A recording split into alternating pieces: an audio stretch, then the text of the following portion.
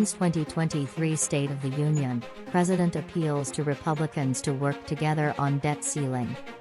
U.S. President Joe Biden called for unity in a sharply divided Congress as he made a spirited appeal to Republicans to raise the $34.1 trillion debt ceiling in the annual State of the Union speech Tuesday night.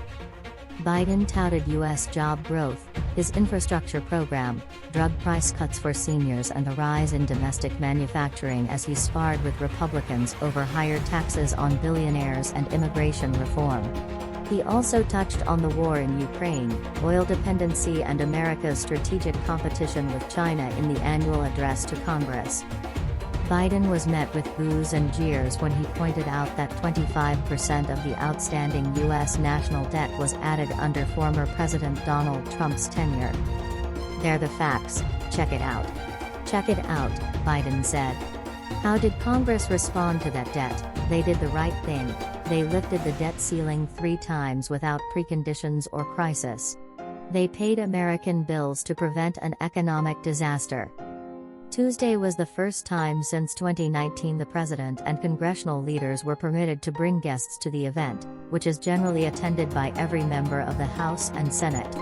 5 of the Supreme Court's 9 justices were in attendance, along with most of the president's cabinet and the diplomatic corps. Musician Bono, the parents of Tyre Nichols, Ukraine's ambassador to the U.S. Oksana Markarova and House Speaker Emerita Nancy Pelosi's husband Paul were some of the evening's more notable guests. It was also the first time that Biden delivered the historic speech before a divided Congress after Republicans clinched control of the U.S. House in November's midterm elections. Republican House Speaker Kevin McCarthy of California sat behind Biden's left shoulder on the dais instead of Pelosi, Democrat California, with Vice President Kamala Harris next to McCarthy. For Biden, there is a lot riding on his ability to connect with his audience this year. His approval ratings are holding steady at 45%, according to the most recent NBC News polling. Despite record job growth and new data indicating that inflation is slowing, Americans remain deeply pessimistic about the state of the economy. They blame Biden for rising interest rates and they worry about a possible recession. The NBC poll found that only 36% of U.S. adults approved of Biden's handling of the economy. In addition to economic woes, the debt ceiling deadline later this year looms over Washington.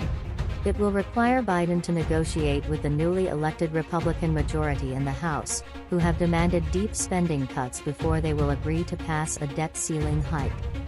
Highlighting a rare area of bipartisan support, Biden called for reforms on social media companies, with a focus on data privacy, kids' safety and competition in digital markets. "We must finally hold social media companies accountable for the experiment they are running on kids for their own profit," Biden said. "It's time to pass bipartisan legislation to stop big tech from collecting personal data on our kids and teenagers online," he added, to a standing ovation from lawmakers on both sides of the aisle, including McCarthy. Biden called for a ban on targeted advertising to kids and stricter limits on the personal data that companies collect on all of us. Prominent bills in Congress regulating privacy and kids' online safety have received bipartisan support, but have yet to advance to the floor of either chamber. He also called for Congress to pass bipartisan legislation to strengthen antitrust enforcement and prevent big online platforms from giving their own products an unfair advantage. That call seems to refer to 2 bills that passed out of the Senate Judiciary Committee last year with broad support, which would prohibit dominant online platforms from prioritizing their own products on their marketplaces over rivals. But after a massive lobbying push by the tech industry, the bills never reached the floor of either chamber, though Congress did pass some reform to help increase funds for antitrust enforcers. Biden called on Congress to pass legislation that would give public school teachers a raise and allow Americans better access to preschool. "If you want to have the best educated workforce, let's finish the job by providing access to preschool for 3- and 4-year-old," Biden said. "Let's give public school teachers a raise." First Lady Jill Biden has been teaching for years and continued to do so after Biden became president. Biden seemed to get Republicans to agree on not touching the Social Security and Medicare funds when they looked to cut spending. Republicans shouted back at the president when he said some House GOP members had proposed to reduce funding to the programs.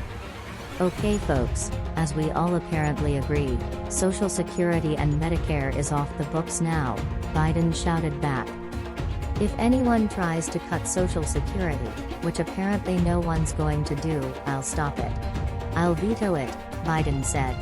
Apparently it's not going to be a problem. That's today's latest news. Don't forget to subscribe, like, and comment so that this channel can continue to exist. Thank you for listening to the end and I hope it's useful.